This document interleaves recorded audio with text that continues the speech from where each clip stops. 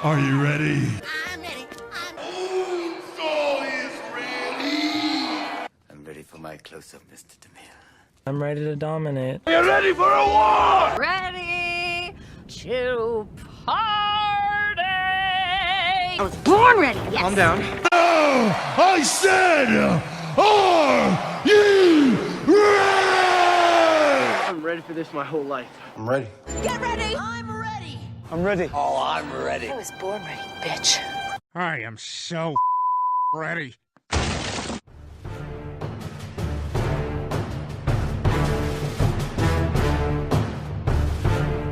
Welcome to Ready, Set, Geek, coming live from New Dimension Comics in Century 3 Mall in Pittsburgh, PA. That's right, coming live from us to the internet, straight to your mother's basement. All right, here is the game show where you get to argue the topics that would have gotten you shoved in a locker in high school. But first, let's meet our contestants. First up, Bill Romango, the man whose ego makes George Clooney seem humble. That's right. Chris Lemke, the alpha geek, the man that'll argue any point about anything, no matter how wrong he is, and he usually is. All the time. The man who, when women are asked if he's attractive, they say, well, he's got a great personality. And that's also a lie. And Sarah Colwell, in the years/weeks that we've been shooting this show, I've learned two simple things about her. Her name is Sarah, and she does not think that I'm nearly as funny as I do. To be fair, I think that about most people. To be fair, so does every woman think that about you. I'm your host, JC Eaves. You'll notice that I'm not Chris Lemke. You're welcome. He finally recognized this show as the real, true, flaming dumpster fire that it is, and went in for a last-minute recast. I assure our single, loyal viewer that it'll be every bit as good, except that I'll be better looking, funnier, and largely more intelligent. How did you get a suit budget out of this?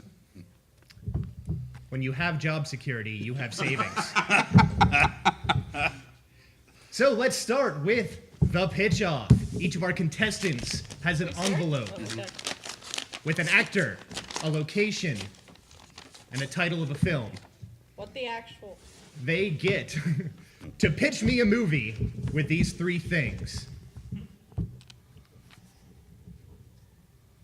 Mine's going to be the funniest. I have a feeling everyone thinks that. I'll give these stunning brain trust a moment to tabulate these results, sketch out the magnum opus of their artistic career, which really isn't saying much for most of them. And it looks like Bill's ready. Always. Just like my ego. Hit me. Well, that's... We got to give the other kids some time because obviously they're not as up to speed as I am. I have a feeling that's the opinion of most of your ex-girlfriends. It might be. It just might be. I feel like there's spelling errors in mine. Do I get extra points for being able to read it? Does he get a point deducted for calling out spelling errors? You look very handsome today. Flattery will get you everywhere. I try. But you already insulted my intelligence by bringing me here. You good? I'm good. I guess I'm good. All right, Bill, what is your actor, setting, and title? My actor is Michael Clark Duncan. The setting is Disneyland, Tokyo. And the title is Dishonorable Mouse. Excellent. Chris. I've got Rob Schneider in Victorian England, and the title is The Beardsley's Midwife. Was there spelling errors, or do you just on know how that to part? read? No, he just On can't that read. part, I can't read. God! I don't do words so good. This explains so much about this show. I know. But I love Sylvester Stallone and everything. And All Sarah. right. I have Jet Li as the actor. The setting is early 90s Seattle, and the title is Gunning for Grunge. Yeah. All right, Bill, pitch me your movie. My movie takes place at Disneyland Tokyo, where Michael Clark Duncan has recently been hired to run security there. But the problem is he notices that things get moved around at night when he's the only person in the park. So what ends up happening is the park comes to life, and he has to fight all of the Disney characters that have come to life, and they're actually all villains, and they're trying to get the glory of being villains because they've been written and drawn for the last 80 or 90 years as heroes. And so Michael Clark Duncan has to face off one-on-one against each of the Disney villains, working his way all the way up to Mickey Mouse, because Mickey turns out as a dishonorable mouse, hence the title of the movie. So, Dishonorable Mouse, starring Michael Clark Duncan in Disneyland Tokyo. The third act set piece takes place on a Godzilla-like set, so that... Is there poor lip syncing? What's that? Is there poor lip syncing? Just in the third act set piece that ends up, because the entire can't have movie, you're in Godzilla without Tokyo, you're thinking, when are we going to see it? And then it happens at the end, and there's poor lip syncing, and... There's some sort of Mousera. Exactly right. So Mickey Mouse grows to the size of a 30-story building. It's crazy. Initially, I thought you were just pitching me a low-budget night at the museum, but then No. you turned it around. That's I'm right. proud of you. Chris, what do you got? I think he's pitching a low-budget trip to Itchy and Scratchy Land. So I want that noted. Bring your camera. There it is.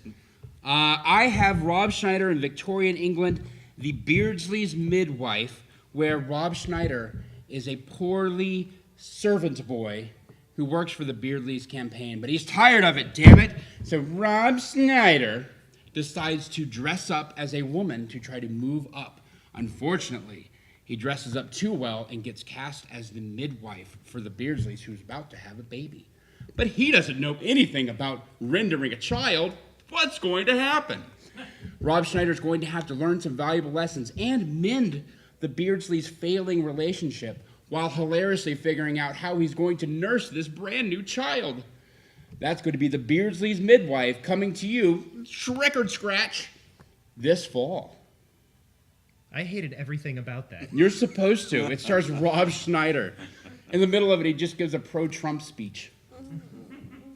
Politics, huh? Yeah. We went Victorian England. I didn't realize you could actually start this show in negative points, but you're finding a way. Sarah, what you got?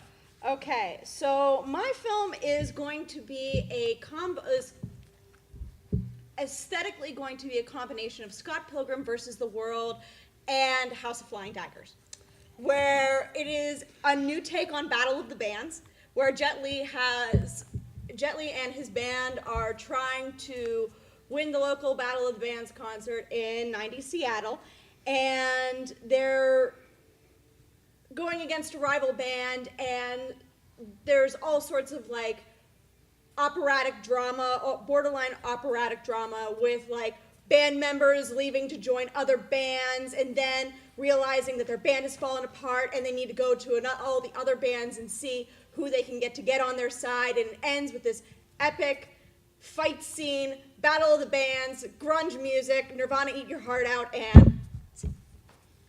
You know, I don't know if I'm proud or ashamed that you took the moral high ground, because I clearly set up a Kurt Cobain suicide joke there. I didn't want to go there. I appreciate that. You know, Courtney loves her pitch. you killed her pitch? You earned that one. All right, so we have Michael Clark Duncan doing battle with a series of Disney heroes that have been corrupted by Walt's tenacious anti-Semitism, ending in a giant set-piece Godzilla battle. We have Rob Schneider doing Schneidery things around the Queen and an upper-class family, and we have Scott Pilgrim. Asian Scott Pilgrim. Asian Scott Pilgrim in Seattle. Only because of the complete turnaround in the argument and the set piece, I feel like Bill gets first point, which means he is going to have control for round one of Creative Control when we come back.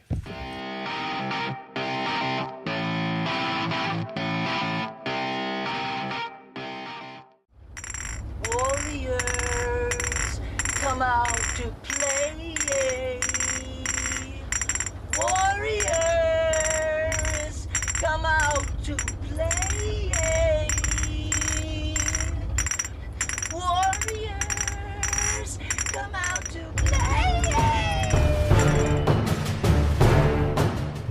back to Ready, Set, Geek. Again, live from Century 3 Mall, New Dimension Comics in Pittsburgh, PA. On to Creative Control Round 1, but I can't possibly do this by myself, no matter how awesome I may be. So, introducing the yin to my yang, the bender to my fry, the disposable companion to my doctor. Wow. One Mr. Anthony Colwell. Yay, Anthony! Thank you, JC. I didn't know the number 2 spot could be so handsome. Thank you. I see they got the two people who didn't pay enough to win this show yet here today to host. They wanted to lend an air of class and credibility and, let's be frank, watchability. Yeah. You have a fabulous goatee. You know, I took my inspiration from every viewing of Clerks I've ever watched. Then I looked at Chris and said, I want that, but, you know, handsome. Yeah, I agree. The chest hair isn't doing it for him either. No? I'm not liking it. The deep V over the purple. Yeah. Not really digging it. Yeah, you better button up, sweetheart. I can't help my manliness. But Anthony's not just here to be a pretty face. He's also here to be my resident timekeeper, my fact checker, the man to chime in whenever you're full of it, the master of the well actually who will actually use it. Well, actually, Chris. You okay? It sounds weird hearing somebody else say I know. it. I just like, I don't like it either. Counseling. It sounds weird hearing anyone say it. Snap. Well, I don't know. The runaway catchphrase. Well, of Ready, actually, Set, Geek. JC, he did say it like twice. During introductions, correct. So anyways, on to creative control, how this is going to work. Bill took the first round, so he will get the choice of the question. Once he chooses it, you will each state your answer. At that point, you will have 1 minute to state your case, followed by a 90-second rebuttal for everyone else's argument. Point out all the holes. And then 30 seconds to wrap it all up. So, your choices, Bill, are 1, Bondless Love. 2, A Bad Company. And 3, let's get animated. I'm going to pick Bad Company. Is that good? That's stellar. All right, thanks. Bad Company from the band Bad Company. Oddly enough, off the album Bad Company. Weird. Funny how that works. Delightful people. Bad Company. Conceptually, all you have to do on this, as I teach my co-host how to run the timer, I know how to do it. I just wanted to test you. think in all of franchises on television, comics, movies, which fictional corporation was in fact the most evil? The Acme Company from Looney Tunes. Interesting answer. I dig the lead off. Chris. The law office of Wolfram and Hart from Buffy and Angel. Very predictable. And Sarah. I'm going to go with Hydra Hail Hydra. Hail Hydra. from Marvel. Sorry. And Bill, your 1 minute starts now. So the Acme Company, everyone knows from mostly from the days of the Looney Tunes with Wile E. Coyote trying to chase down that hard-to-capture Roadrunner.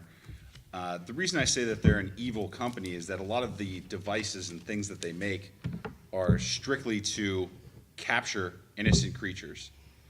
There's anvils, hammers, things that fall from the sky, things that catapult people to and from different places.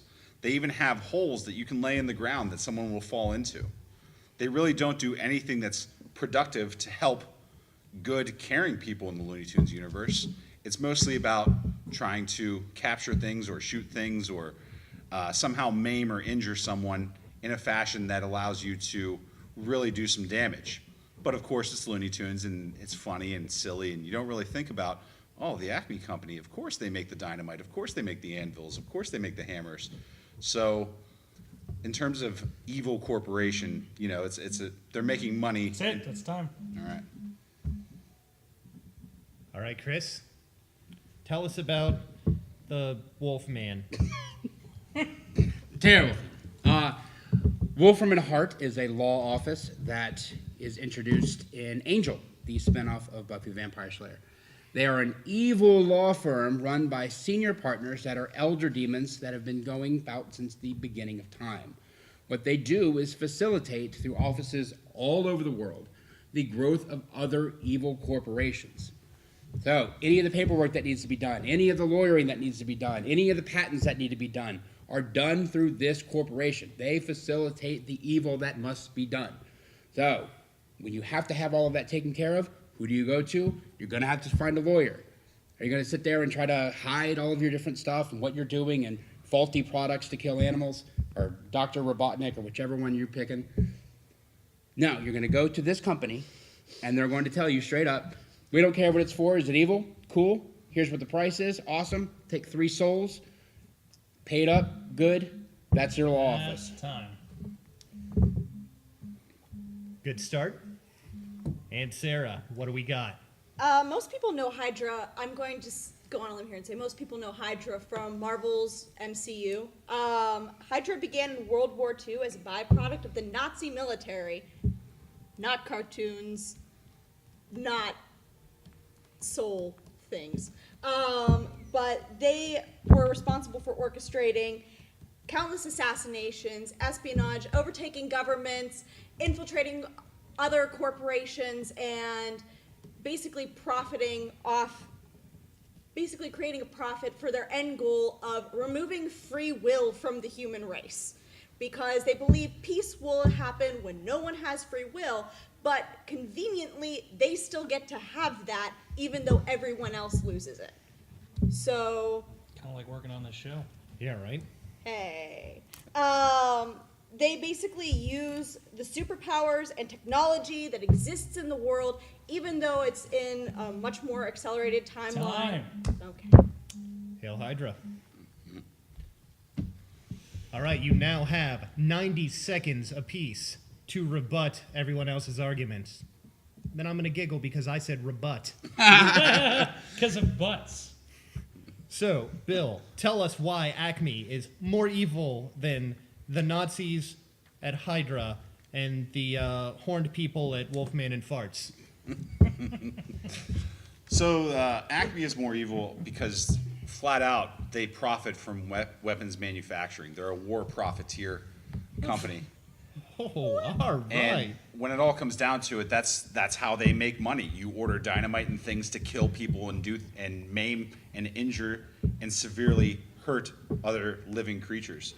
As far as the law firm, what the argument that I heard there was basically that they're evil because they do the paperwork for other evil companies. I mean, when it all comes down to it, there's slimy lawyers and greaseball accountants everywhere in the world. But, because they're demons, they're more evil. They're just the people that put the paperwork together. How can they be an evil corporation that's out to ruin the world if all they're doing is putting together paperwork for other evil corporations? As far as Hydra is concerned, Hydra, again, is more of an organization than they are a big power player or a big power broker. Acme is an actual corporation that makes direct profits from the selling of weapons and things to harm people. The lawyers of Wolfman and Farts put the paperwork together, and that's all that they do. They facilitate things. They walk into a room in a suit, sign here, sign here. You guys go do evil stuff, and we'll take 10% off the top. How much time do I have left? 4 seconds. And Hydra, she that's said, it. not cartoons. All right, Chris. Well, this is going actually, to be tough. You're going to have 90 seconds to explain why actual demons from hell are more evil than Bugs Bunny's friends and comic book villains. Well, the nice thing is the demons from hell are actually the senior partners, so they don't actually do too much. What they do is they outsource everything to regular accountants, regular lawyers, and they've got branches, again, all over the globe and interdimensionally. So, Bill, you work in finance. You work in getting people loans. You do all of these things. There needs to be a person to be able to say to Acme, you've got a patent for that? Cool, here's your patent. You need the paperwork to be able to start up this company? Cool, here you go. Wait, what are you going to do? You're going to war profiteer? Excellent. Right on. Here, good for you. We're going to get a little off the top, and we're going to take some of the souls of the people that you kill. Also, they're how could it be war profiteering when the universal rules, or nobody actually ever gets hurt from more than momentary lapses of pain? Hydra. I want to hear one instance where Hydra succeeded. One. Not in like a singular thing. Every plan they've ever had since the inception fails. They've had more inept leadership. They've had more governments not being overthrown, being stopped almost single-handedly by one guy. There's changes in powers consistently. The Red Skull is more of a supremacist, and there's like 6 offshoots that all fail in according to that too. Like you're the biggest thing that you want to pull is Winter Soldier. They failed. They got nothing done. They spent 60 years trying to, we've got S.H.I.E.L.D. Shit. Well, that didn't work because of one guy and not being able to keep your secret agent. He also has a shield. He is also America. He has a rank. He's a commissioned officer, sir. All right, Sarah, tell us why, literally, the most evil people in the history of humanity, the Nazis, are more evil. Actually, Can we not get political on this show?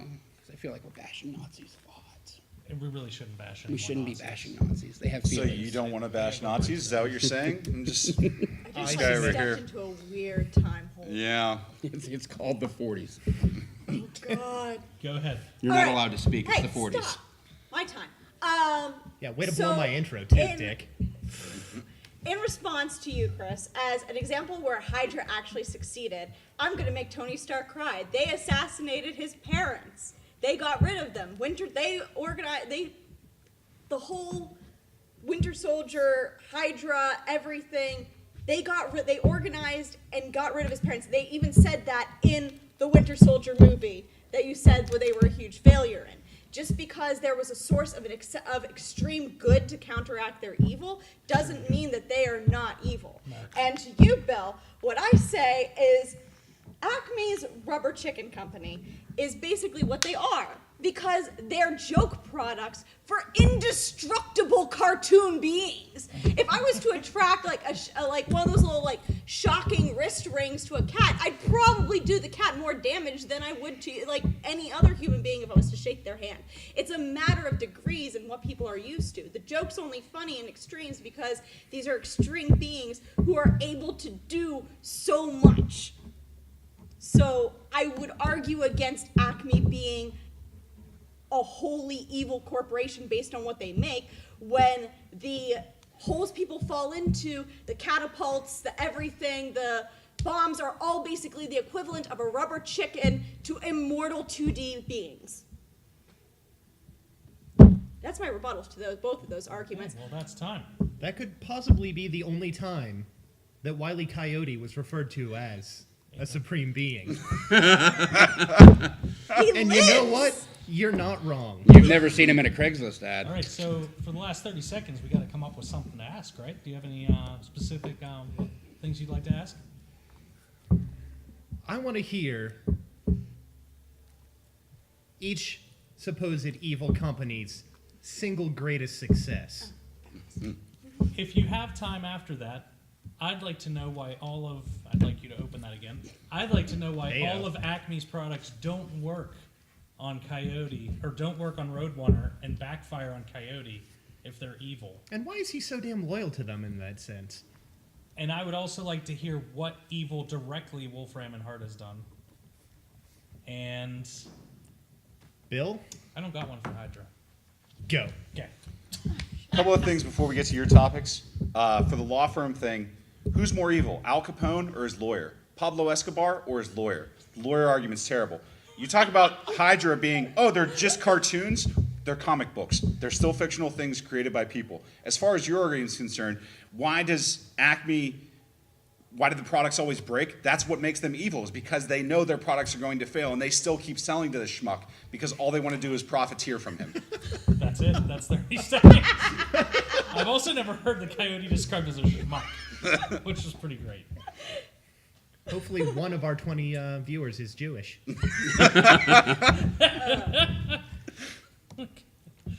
We good? Ready for me? And you should know exactly what 30 seconds feels like. Go. You done? We specifically create apocalypses for profit. I don't care about Al Capone and Pablo Escobar and those guys. Those are small fish. We're talking about corporations. LexCorp needs to get started. Umbrella needs to get started. All of these companies need to get started. They're the people that you're going to get it. They're going to give you the property. They're going to give you the means. They're going to make it legal for them to be able to do these things in our world. You want Trump University? Where are you going to go? Wolfram and Hart. Hydra? Who cares about Tony Stark's parents? What did that serve outside of a 30-year plan to piss off a superhero that they didn't know was going to happen? Time. All right. 30 seconds to dismantle the house of cards that these two gentlemen have precariously assembled. And go. Okay. As far as eliminating Howard Stark, that is a whole brain trust of a wealth of knowledge that they eliminated that could have counteracted anything that Hydra would have done. Hydra's greatest success is their resiliency. Cut off one head, two shall rise in its place. And the fact that they are still around, despite the fact that you have Captain America, despite the fact that you have all these heroes, despite the fact that you have people actively gunning for them, you still can't get rid of them. They're rooted in organizations. Some pretty solid points here. You know, initially I wasn't feeling the Acme argument. This is garbage. You know, it's a cartoon company that never really actually succeeded in hurting anyone. He had some solid points there. I'd never heard Acme referred to as a bunch of war profiteers before. So, that was very Alex Jones of you, and I appreciated it. The law firm, at first I was like, another Joss Whedon fanboy tangent, but there's a solid point being made in being the power broker, the guy behind the guy behind the guy of every single act of evil in the history of ever. Hydra is Nazis, so they're Nazis. I thought I liked the resiliency point that Sarah made at the end about Hydra always coming back regardless of how many times they fail. That doesn't necessarily have to do with how evil they are, but it does show, evil is persistent. They just got some gumption. They got a lot of gusto. They're scrappy little Nazis. Yeah. I like the Wolfram and Hart's a good choice in general. Being a fan of the show myself, but just based off what Chris said, I do like that they basically fund all of the other people that want to do evil things, including LexCorp and Umbrella, and they don't help the good guys. They're just out to profit off of evil, and demons are always evil, and they killed my favorite character in the final episode, and I knew it was going to happen, and fuck them. Spoilers. The Acme one just came out of nowhere. You don't know who my favorite character is. The Acme one just came out of nowhere, and I really liked it. I thought he had a good answer for my concern. So I think all of these are pretty good. You leaning in any particular direction? Well, Sarah's my wife. What? So, Collusion! That's never stopped me from disagreeing before. I'm going to have to lean towards the other not Chris choice. The other not Chris choice. So no. Well, because I get absolutely no gain out of the success of your sex life, I think I'm going to actually, despite my best judgment, give the point to Chris. Mainly because he played to his audience. He knew Pandering works, baby! he made fun of Trump University and he referenced a video game company as being funded. I give him the point. So that means in round 2 of Creative Control, Chris will take the board and we'll be right back with that.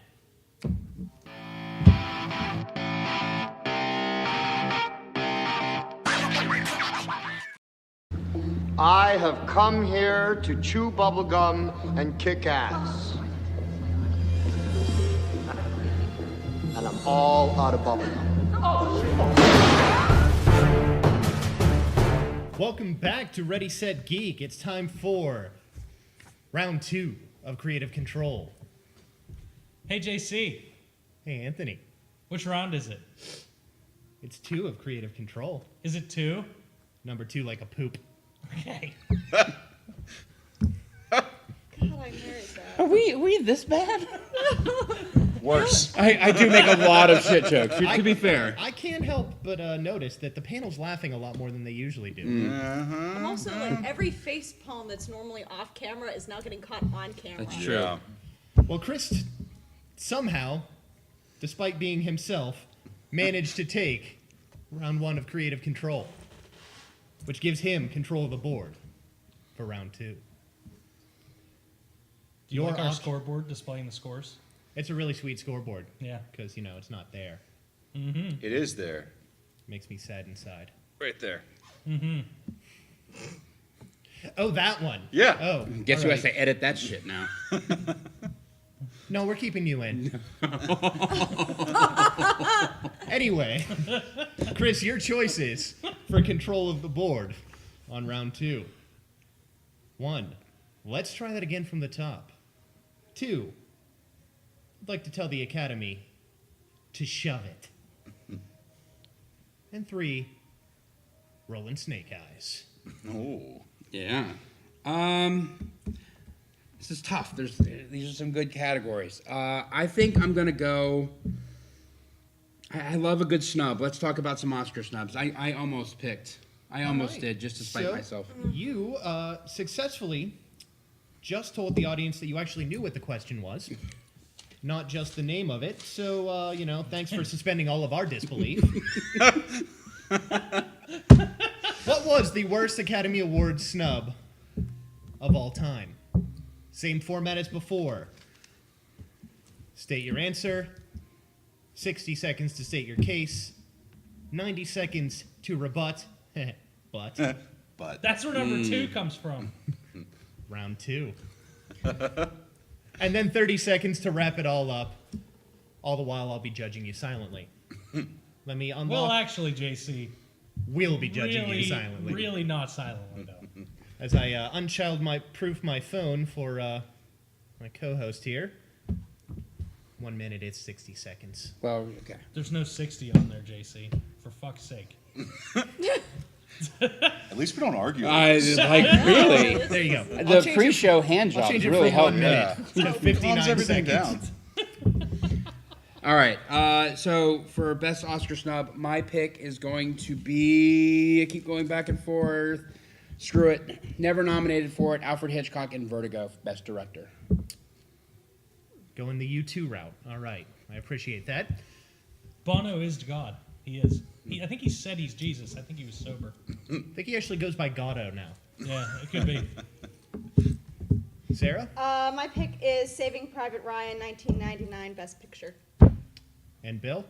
My pick is Jim Carrey for Man on the Moon. You're all wrong, but I'd like to hear about it.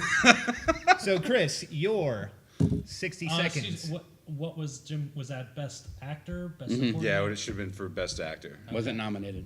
Okay. He asked me, Chris. Sorry. Chris, your 60 seconds starts meow. Vertigo is one of the most influential films in film cinema history.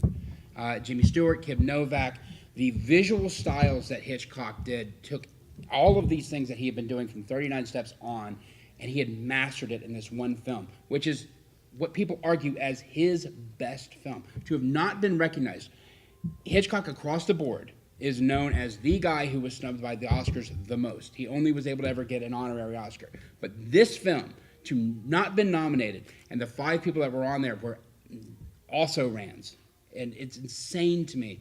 He completely changed the form of how cinema was done yet again with this film, and the visual stylings and the editing in this film changed how editing was done.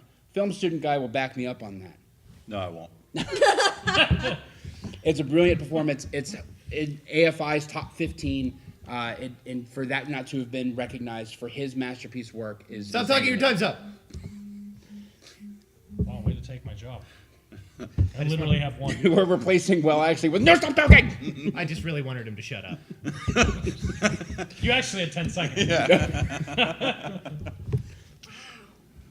All right, Sarah. I get some vitriol here. Okay. Tell me about Saving Private Ryan. Go. Okay, Saving Private Ryan lost Best Picture to Shakespeare in Love. Let's just stop and think about that one for a hot minute. Okay, we can't because I only got 60 seconds. The story is tonally solid in its concept of like the value of life. Everything from the cinematography, from the writing to the acting, everything, every minute is about the value of a human life in a horrible time of strife. Where in the writing, it's the overlay of a mother's hope for the life of one son despite the loss of 3. The sending less than a dozen men to find one person behind enemy lines and end up losing more than they ended up saving. It's also brought out in the acting when all of the soldiers are arguing in one scene about saving enemy combatant's life. Where is the concept that he might kill more people isn't worth their own personal integrity to set free? That is it. That's the one where they go to save Ben Affleck, right? Oh, jeez. Well, actually, Anthony. If they would have let him die, he wouldn't have ever ruined Batman. So yeah, he could have gone with that. And now we're back to the value of brain life. is bleeding. I think your jokes are hilarious, guys. Keep it up. Thanks, buddy. Oh, is it my turn? Yeah. It doesn't even matter. You win now. And go. Jim Carrey, Man on the Moon. It's been well chronicled the fact that not only did he not win, he wasn't even nominated in that category that year. One of the reasons for that was the politics of the Academy and how different actors get nominated for either Best Supporting or Best Actor. That year, Russell Crowe was nominated as Best Actor, when really he should have been a Best Supporting Actor, and a lot of people point to that as the reason that Carrey wasn't nominated. Aside from that, though, his performance in that film, he was often criticized as being too comedic. He's been quoted, in fact, as saying, you know, I'm the guy that talked out of my butt in a movie, and so I'll never get an Oscar. And because of that, a lot of people felt negatively towards him, and it was much more about the politics of the situation and whether or not people liked him as a human in terms of, and not in terms of his performance. The other big key is the fact that you had a role where people often said to him, time. That sounded painful. All right, that's a solid start here. Vertigo, Saving Private Ryan, Man o' the Moon. Is there anything specific you'd like them to touch on in this one, or just continue the argument? You know, in the 90 seconds, I just want to hear you destroy each other. Some people just want to watch the world burn, and I'm some people. Game on. You know, it'd be great if we actually lit them on fire. No. Yes! Immolition!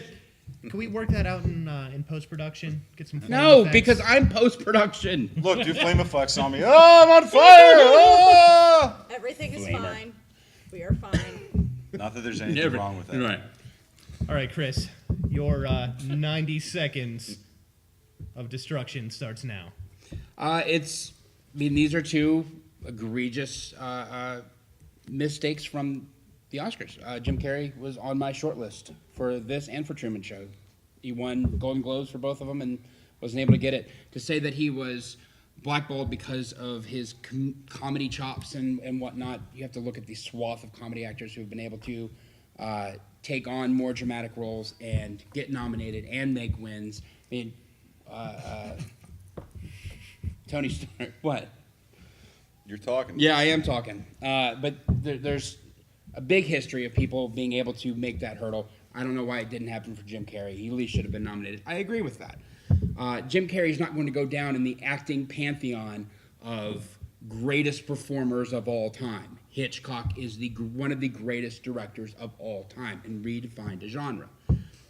Saving Private Ryan is a brilliant film by a masterful director whose primary influence was Alfred Hitchcock, and his favorite film is Vertigo. It was nominated for Best Picture. It didn't win. The reason it didn't win is because it split the Academy's votes and Shakespeare in Love snuck in there. It wasn't some snub or some error. It was because there was two films that were nearly alike with Terrence Malick's Red Line, and it ended up splitting the war vote, and that's how John Madden's Shakespeare in Love ended up winning. Boom. Harvey Weinstein production. You know, take that for what you will. And that's time. Perfect. John Madden made that movie, the Raiders guy? Yes. The guy who makes the football games? Yeah. You didn't hear, like, during the big sex scene, he goes, he could go, he might go, he's rumbling. He's putting the team on his back. And oddly girl. enough, See, what you need to do here is you got to be able to. Wow. Is there just is Brett Favre just come in and he just circles them? It's Brett Favre. Brett Favre. Brett Favre. Do you And, listen to John Madden commentary as you're getting busy with the ladies? That's what I do for everything. For all of my He Harvey, doesn't do that. for all of my Harvey Weinstein films, I just put an audio track of John Madden to feel better about what's going on. God. and oddly That enough, might actually help. if Spielberg actually drew his influence from Vertigo, which was a U2 album, and that the beginning and Saving Private Ryan ultimately leads to Matt Damon. how to Wait, Ben defuse an atomic bomb, also a U2 album. Oh, Bonoception. I ran out of time again. We need more time, Doctor. Thanks, buddy. Technical difficulties. Sarah, it's your turn. Okay, I'm not gonna lie. I've not seen Jim Carrey, that film that you're discussing with Jim Carrey. It's amazing. I'm sure it is. And Chris, it's been forever since I've seen Vertigo. So as far as ripping down your arguments, I don't feel quite as qualified, except to say that you're looking at the system of the Oscars, and in the sense of saying that you're splitting a war vote, I would argue that Saving Private Ryan is a war film, but it's a solid film all around. Like, there is, yes, it is about war, but just implying that there is a war vote, it's, I think that there is politics, and that's why these snubs happen. I won't argue that, but I just think Saving Private Ryan should definitely have won over Shakespeare in Love, because Shakespeare in Love is not an all-around solid film in comparison. Yes, there's themes. Yes, the writing's witty, but it's not. Period pieces. What? It's not. Just trying here. Okay, stop. It's a solid film. It should have won, and I'm stalling. I see my Okay, your time. Christ. All right, so That was a funny joke about that movie. it sure was. We're hilarious. Yeah. And Yeah, adorable. you guys are so hilarious. Oh, is it my turn again? They're so hilarious they talk over everyone's answers. Not everyone's. Okay. I didn't say that. You just Go thought it. ahead, Bill. Your 30 seconds. 90 seconds. We're still on I was 90. trying to cheat him, but Yeah. All right, so Jim Carrey. First of all, a couple to knock down some of the arguments. Vertigo. I mean, you could argue that Hitchcock was snubbed on any of his famous films. Vertigo, yes, did set a standard in terms of like how you shoot a movie, but so did Rope in the fact that the whole thing was done over the course of like 5 or 6 takes. There have been other Hitchcock movies that have set precedents and set standards, and to call Vertigo his biggest snub, you really have to convince a viewer to say that Vertigo is his biggest and best movie in the history of all his movies. I would argue that Psycho transformed the movie industry more than Vertigo did in terms of how people go into movies, but we can go into that later. Saving Private Ryan, yes, was most definitely a snub, but again, it was the political factors at play in terms of not like Democrat Republican politics, but in terms of the back channel people that helped get things won, i.e. Harvey Weinstein. He was an incredibly powerful man. That's why he was able to do the things that he did. But all jokes aside, Jim Carrey's performance in Man on the Moon, one of the biggest knocks against him was always that he's just a comedy guy. And so what did he do? He found a comedy guy that was just like him, but in the 70s, who lived this crazy, interesting life, died of cancer, and portrayed that guy in a way that made you feel for him incredibly. He got the people that were in that guy's life to be in that movie. And so Jim Carrey should have been nominated for that, let alone won. Team. Time? Do you have anything specific you'd like to hear them say? Whew, man. I'd like to hear a little bit about what Man on the Moon was snubbed by. Yeah, I would like to know So far, Sarah's the only one that has really told us what movies, actors, whatever, won over that. So I want to know why yours, not theirs. I'd like to hear you flesh out the Vertigo versus his other stuff, since he brought that up. Sure. Hi, what about me? Well, we asked them to do what you did. So why was Shakespeare in Love terrible, I guess, compared to this movie? I like that movie. It was. There's a lot of solid You things. would. It was by Tom Stoppard did write a good chunk of it. Why is Chris wrong about Shakespeare? You don't want to start boy. that argument. You need more than 30 seconds. Oh boy. But you have 30 seconds. Go ahead, Chris.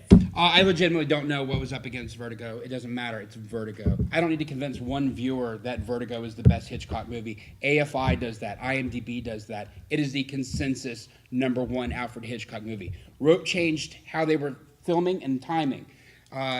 Psycho changed how people went to the theater because they used to go late and then they missed everything with the spoiler alert, Janet Leigh dying. But what Vertigo did is he took all of that and he put it in this masterpiece of a film with brilliant performances that were recognized. All right. Sarah, your 30 seconds begins. Why is Lord Byron terrible? Wait, who was Shakespeare? What? Shakespeare was the Kevin Bacon, right? Oh, I good think lord. so. Okay. No, that was the movie about the feet. Oh, Lord. Happy Feet. Yeah. Go. Why did Shakespeare Okay. write Happy Feet? Go. So Shakespeare in Love is kind of more this alternate possible history that could have happened for Shakespeare. That could have possibly happened for Shakespeare. Not really, though. It couldn't have. And it just sets up this whole value of like what is love, whereas you have Saving Private Ryan, which is the love for another human being you fight for, you die for, you're willing to let live, and you're willing to bring back home. And as far as the stronger theme, that's Saving Private Ryan. Okay, time. I was giving her an extra 3 seconds because we interrupted her. And it was actually pretty compelling. So, there's that. Now onto something completely different. Foot stomp. Talk to me about that guy from Taxi. So Jim Carrey portrayed Andy Kaufman in you had asked what he lost to.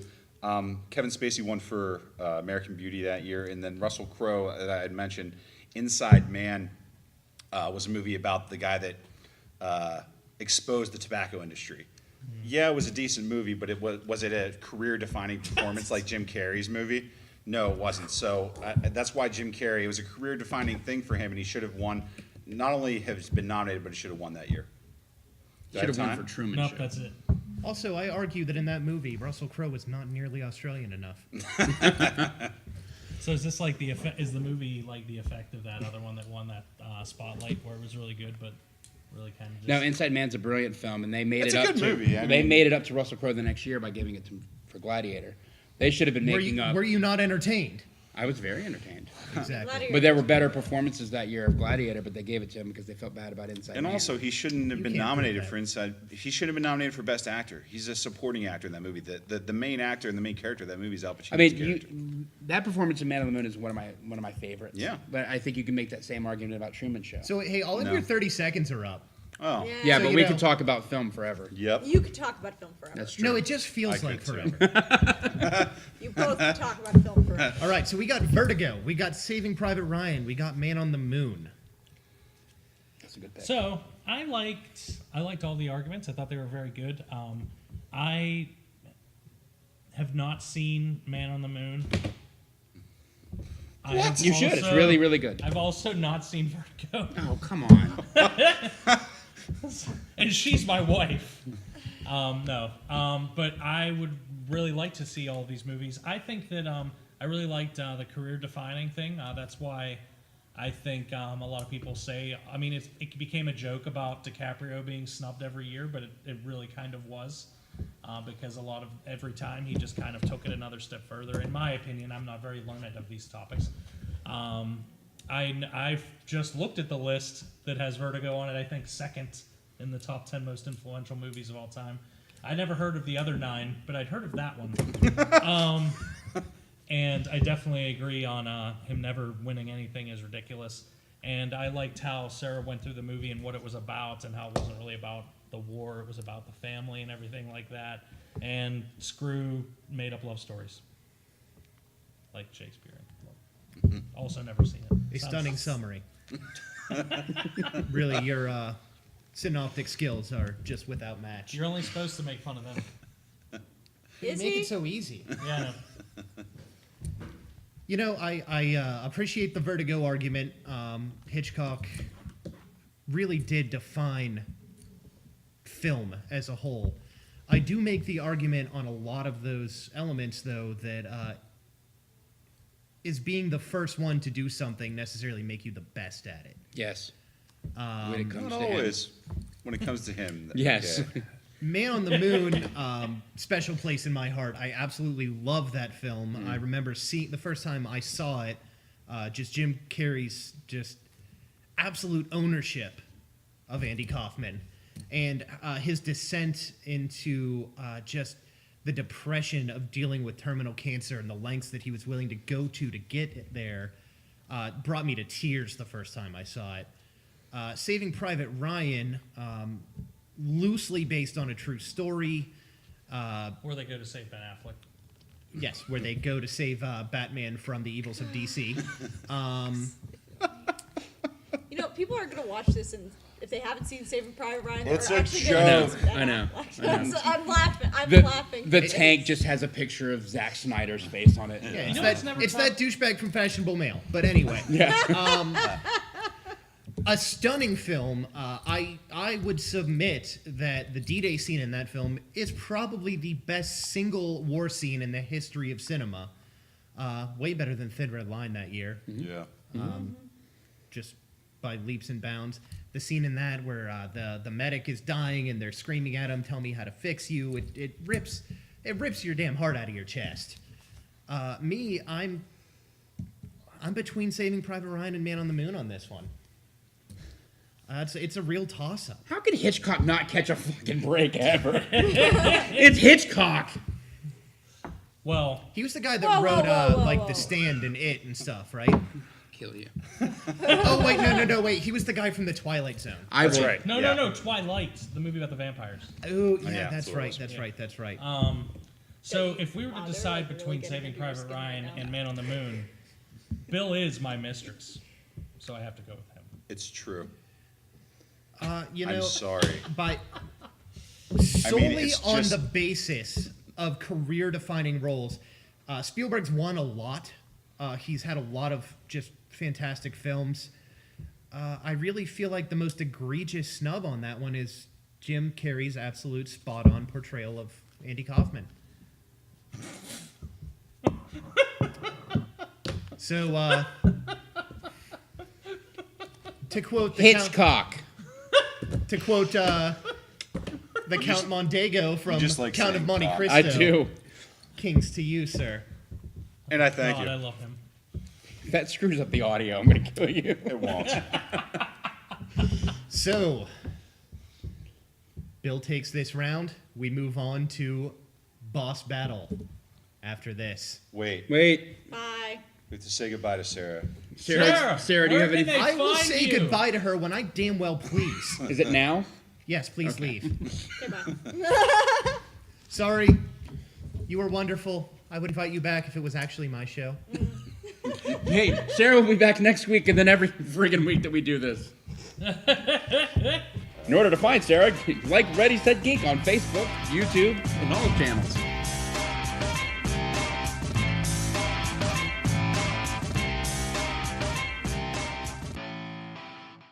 You've got to fight all right. Wrong move, baby.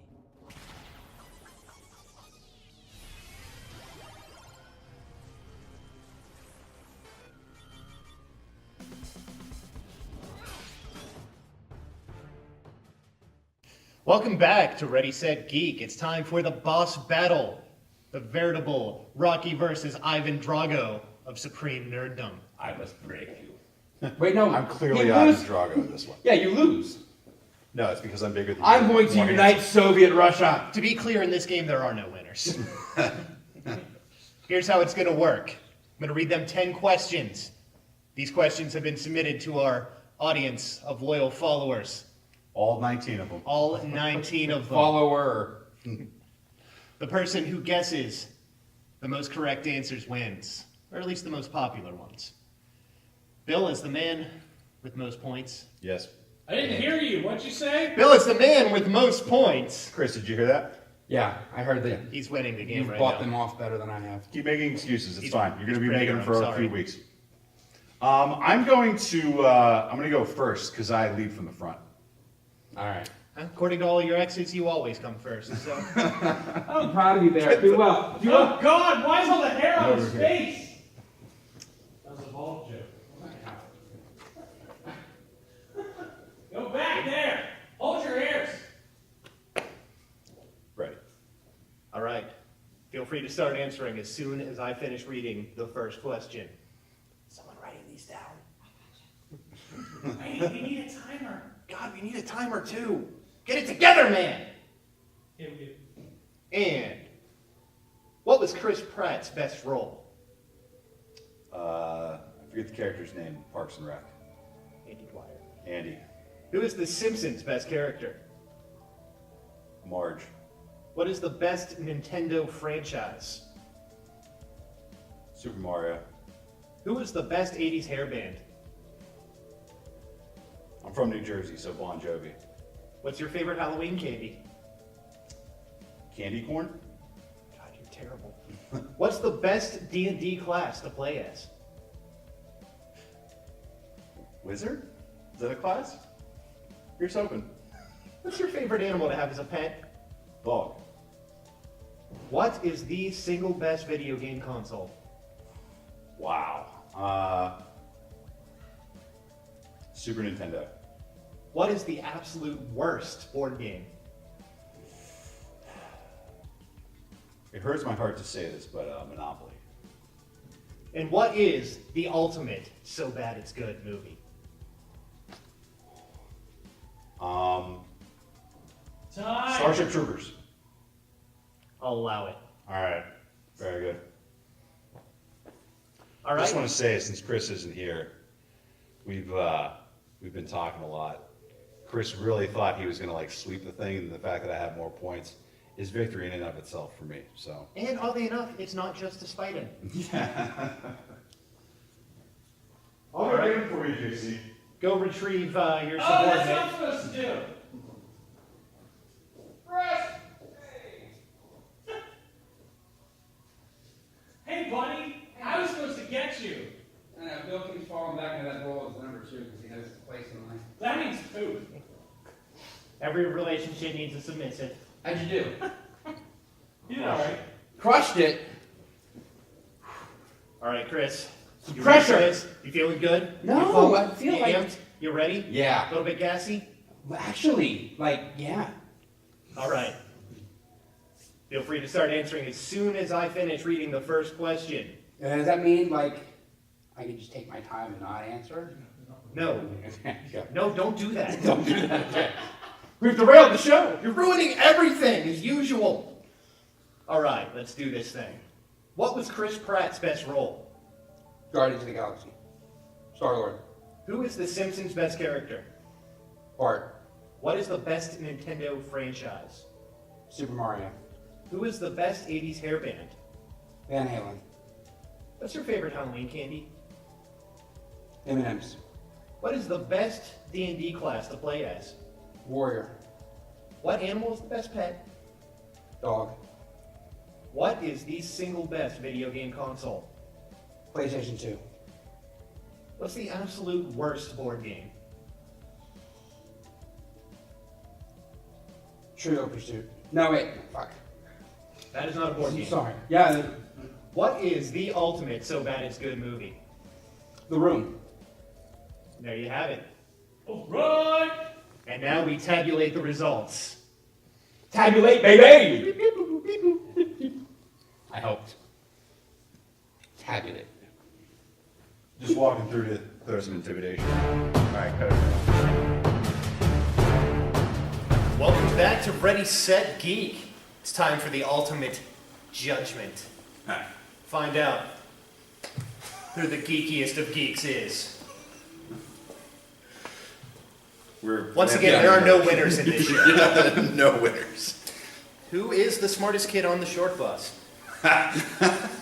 All right. Question 1. What was Chris Pratt's best role? Chris, you said. Star-Lord. Andy? And I said Andy from Parks and Rec. The number one answer was Guardians of the Galaxy, which I'm going to assume is also Star-Lord. But I said first. Who is the best Simpsons character? Chris, you said. I said Bart. I wasn't thinking. I said Marge. I should have said Bart. Number one answers were actually Maggie and Comic Book Guy. I mean, come on. Worst polling ever. I get that was a reference Yes. from the show we were talking about. I'm gonna shoot somebody in the face. Number 3, what is Nintendo's best franchise? Chris, you said. I said Super Mario. Samesies. Number 1, Super Mario. There you go. Touch fingers. Nailed it. The tips touched. It's a thing we do. Never crossed the streams. Number 4, who was the best 80s hair band? Chris, you I said. said Van Halen. Bon Jovi. Number 1, Bon Jovi. Number 5, Living on a prayer over here. best Halloween candy. Chris, you I said. said M&M's. It's not even a Halloween candy. I said candy corn. Everyone that we pulled is literally lower than Gutter Scum because they also said candy corn, the biggest liar in the history of candy. I can't. Even if I lose on that, I'm okay. If that's what I lost. He's already making excuses. I am. See how it works? Question 6, the best D&D class to play as. Chris, you I said. said Warrior. Wizard. Number 1 answer, Wizard.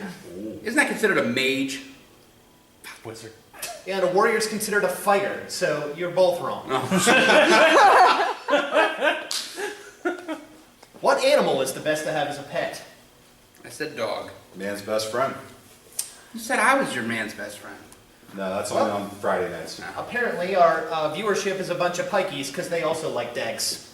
Jeez. Number 8. What is the best video game console? I said PS2. That's a good answer. I said Super Nintendo. Tied for number 1 answer, the PlayStation 2 and the Nintendo 64. Oh. Number 9. What is the absolute worst board game? Chris, you I said. said Trivial Pursuit. Monopoly. Number 1, the Monopoly guy. That's true. Number 10, what it all comes down to. What is the ultimate so bad it's good movie? I said The Room. I said Starship Troopers. First off, Starship Troopers is so good that it's good. Yeah. And It's 30 seconds on the clock and I'll argue that for a point. second off, there was a 3-way tie between Roadhouse, This is amazing. Girls, What? I don't know what that means, What a girl wants. What a girl wants. What a And- girl wants. What a girl wants. The Room. Thank you. Oh, there you go. So, We have the results. I don't feel good about this. in tabulation of the results, my wonderful Duker, I'm a hero. my number 2, Oh my god. Political. the winner of all the beans.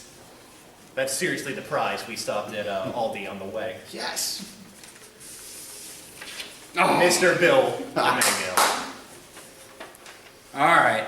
Candy corn it is. You get all the candy corn you want. You can blame it on that, or you can just blame it on me being superior at everything. I'm going to blame it on Take candy your corn. certificate. Thank you. You need to leave now. I'm the winner. Get out of here. I get to plug my damn show. Oh, okay. But you know what? It's my show, so I'll go second. You go right ahead. It's No, really I'd cute. rather- No, you go ahead. No, you're fine. Let's just let it sink in. We'll let him think that this is All still right, his here we show. go. It's all right. Our winner, Mr. Bill Romango. Oh, yes. Tell us Thank about yourself. I'm Bill Romango. I work in banking for an unnamed institution, which is really great, but I won't name it here. If you want to find me, I'm on Instagram at Bill Romango. Really super original handle. But I'm on the Instagram, I'm on the Facebook, I'm on the Twitter. Like Anthony, though, I just got Twitter to tweet at companies that piss me off because, that's the only way to get a hold of them. But I appreciate being on the show tonight. Make sure you like us and subscribe to us. I'm sure Chris will talk about it. But just remember that I am in fact better than Chris. And this picture says so. Chris. Let's bring Chris on, or as I like to refer to him, my little consolation prize. There it is. I want to thank JC for being an excellent host in my stead. Anthony, thank you very, very much. Bill. Thanks, buddy. Congratulations, sir. You win this round. I'll see you next time. This was an awesome show. We had a lot of fun with it, and I want to thank everybody. I want to thank Sarah for coming on and producing and also starring in this show. Next week is going to be our season 1 finale. We're going to have a big blowout. We're going to have costumes. We're going to have 3 of our best fighters back in house. And you're not going to want to miss Dave and Rachel and Tim vie for the first ever Ready, Set, Geek trophy, the Stan Lee Cup. We are so clever. So, super excited. Super excited. That's a comic book guy. It absolutely is. Thank you for derailing my outro. We want to make sure everybody comes down, have a good time, and really celebrate what an awesome time we've had making this and putting it out for you guys. It's going to be right here next Thursday. And let's get everybody out here. Like, share, subscribe. You can find us Ready, Set, Geek on Facebook, on YouTube, and NDC Ready, Set, Geek on Twitter. Let's keep getting the word out. Let's keep getting something better. Thank you, Sarah. We'll see you next week. That's the end of our very special episode. Woo! Say no to drugs. Well, you know, never mind. I'm a golden god. Unless it's a party.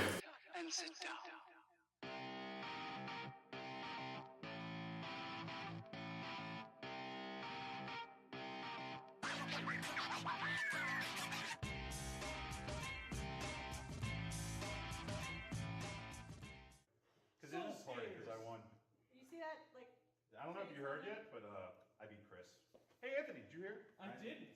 Look, I beat Chris. Nice. On his own show. And to think, if he would have said Monopoly, he would have won. Yeah. And to think, he didn't love donuts. Is that true? Yeah.